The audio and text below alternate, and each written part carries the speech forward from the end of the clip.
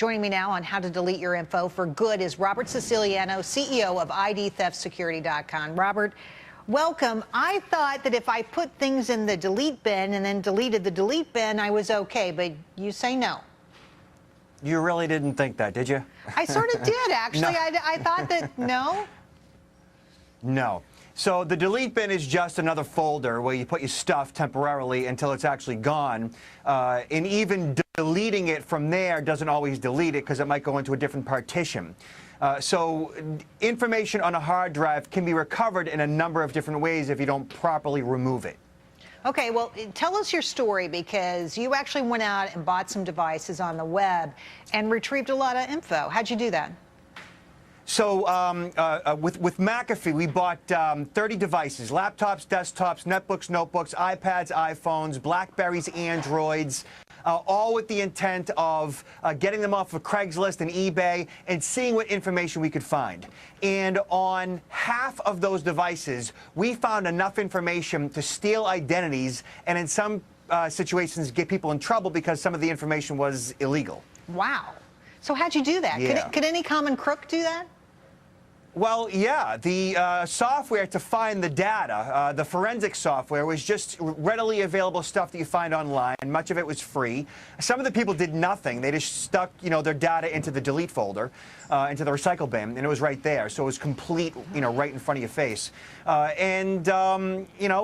of the devices were wiped, but the way they wiped it, or the way they reformatted it, or the way they reinstalled the operating system didn't completely remove the data. All right, Robert, so, I need brand names here. So what is safe and what is less safe? And should I just take a hammer to this stuff and crush it instead of, trying to resell it?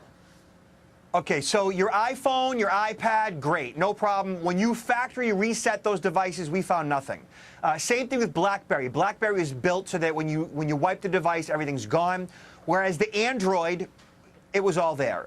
Much of it was right there in different partitions. You remove the SIM card, you remove any storage devices, but everything on the device itself was still there. Even if via a factory reset, we still found information. Same thing with your Microsoft Windows devices, especially Windows XP. There are so many different partitions in the way you reinstall or reformat the drives. We found a lot of data. Windows 7 fared much better. Windows 8 was much better, but Windows XP was a big problem. And a lot of the PCs in the secondhand market right now are, in fact, Windows XP devices. So should you ever put one of these products out to resell? Should you ever do that?